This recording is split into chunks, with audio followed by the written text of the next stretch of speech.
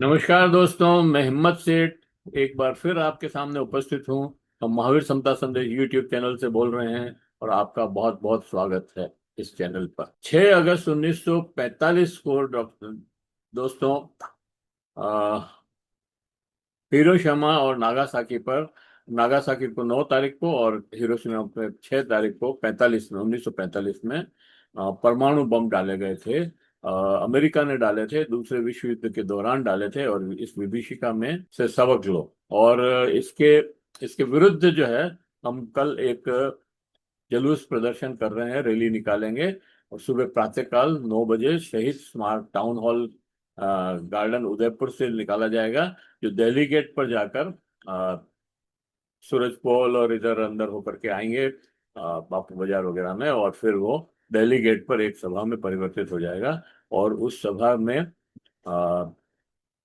परमाणु बम हथियारों के विरुद्ध बातचीत की जाएगी। ये बताया जाएगा कि क्यों हम ये जुलूस निकाल रहे हैं और इसका क्या महत्व है 6 अगस्त को निकालने का। क्योंकि 6 अगस्त को जो परमाणु बम गिरे थे, उससे अ, पूरे विश्व में एक बहुत ही भयंकर त्रासदी पैदा हुई। और जहां जापान में डाले थे, वहां पर 140 1,40,000 लोग तो तत्काल उनकी मृत्यु हो गई। और बाकी और भी कई लोग जो है मरे, लगभग 2 लाख लोग तो केवल एक एक शहर में मरे हैं। तो इस तरह से मतलब बहुत ही भयंकर ये बम का जो प्रभाव रहा, ये बहुत ही भयंकर था। जापान ने तो फिर आत्मसमर्पण कर दिया था, लेकिन अ, 1 लाख लोग उस समय एक मारे गए, 1,40,000 लोगों तक पहुंची। उसके बाद भी 40,000 लोग वहां पे मारे गए अपने नागासाकी में, और तत्काल मारे गए, और 70 बाद में। तो मतलब लगभग 2 लाख से भी ज्यादा लोग वहां पे मारे गए। और इतना ही नहीं, वहां पे रेडिएशन फैल गया। उस रेडिएशन से कैंसर, ल्यूकेमिया और अन्य गंभीर बीमारियों से भी पीड़ित रहे लोग। बहुत सारे लोग अपंग पैदा हुए, कोई अंधा पैदा हुआ, कोई बिना हाथ के पैदा हुआ। मतलब बिल्कुल ऐसी स्थिति हो गई थी, कई सालों तक उसका असर देखा जाता रहा। बच्चों में जन्मजात विकृतियां और आनुवंशिक प्रभाव देखे गए। दोनों शहर का बड़ा भाग पूरी तरह नष्ट हो गया, और विश्व राजनीति पर परमाणु युग की शुरुआत हुई। और इससे रूस और अमेरिका में कोल्ड वॉर शुरू हो गई। लेकिन दोस्तों, आज जो स्थिति है वो तो और भी बहुत भयंकर है। 1945 में जो एक यूनाइटेड स्टेट के पास परमाणु बम था, वो आज रूस, चीन, Bharat, Pakistan, France, United kingdom और नॉर्थ कोरिया के पास भी है, और इजराइल के पास भी है।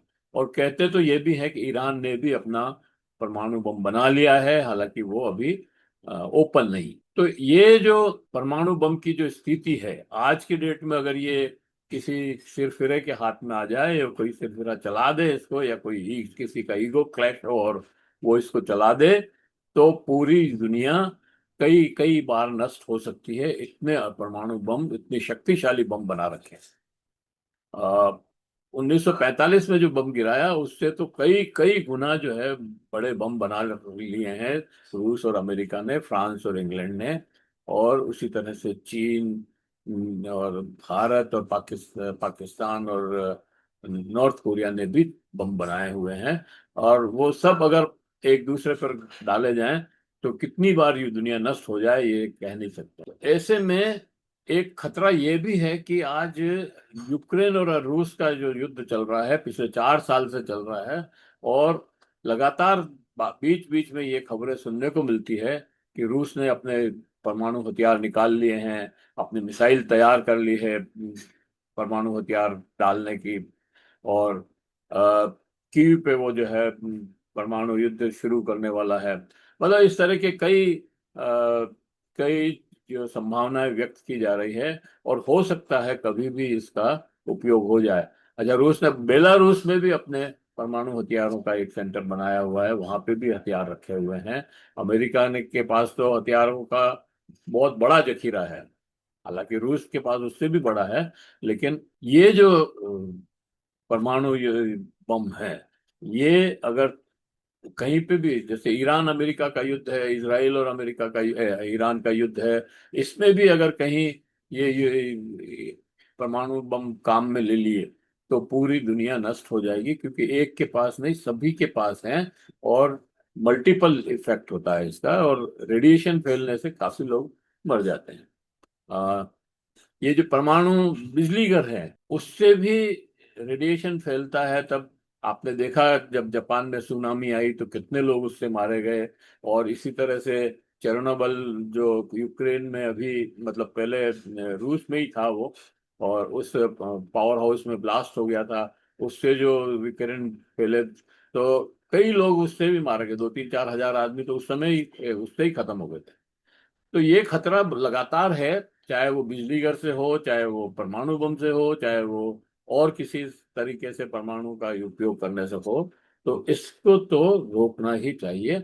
और इसको ये अनियंत्रित रूप से बढ़ जाए, तो गलत आकलन हो जाए, या किसी देश को अपने अस्तित्व पर गंभीर खतरा महसूस हो, तो जोखिम पूरी तरह समाप्त नहीं माना जा सकता। और अभी मतलब ईरान और अमेरिका का जो युद्ध है, उसमें अमेरिका किसी भी तरह से पूरी कोशिश करने के बाद भी ईरान को घुटने टेकने पर मजबूर नहीं कर पा रहा है।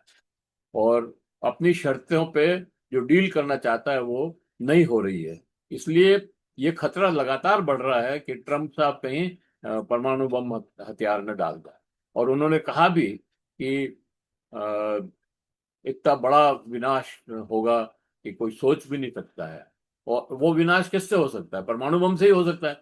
तो ये जो बात है, इसका विरोध के लिए हमने कल टाउन हॉल से, शहीद स्मारक के वहां से एक रैली निकालेंगे, जो डेलीगेट के यहाँ पर जो शांति आनंद की मूर्तियां बनी हुई है इसके आसपास कहीं इकट्ठे होंगे, और वहां पर अ, ये करेंगे, वहां सभा करेंगे।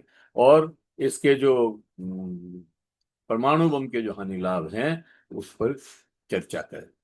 तो हम आप सबसे भी निवेदन करते हैं कि आप इस रैली में भी आएं और उस सभा में भी भाग लें, और समझें कि क्यों ये परमाणु बम का खतरा इस विश्व पर बढ़ता जा रहा है, और कैसे इससे निपटा जा सकता है। निपटा जाने का तो यही है तरीका, कि ये जो 7, 8, 9, 10 जो परमाणु हथियार वाली शक्तियां हैं, वो सब मिल करके बातचीत करे और इन परमाणु को सीमित करे, इनको खत्म करे, और इनका उपयोग सिर्फ शांतिपूर्ण तरीके से अणु बम अणु बिजली वगैरह बनाने के लिए ही करे।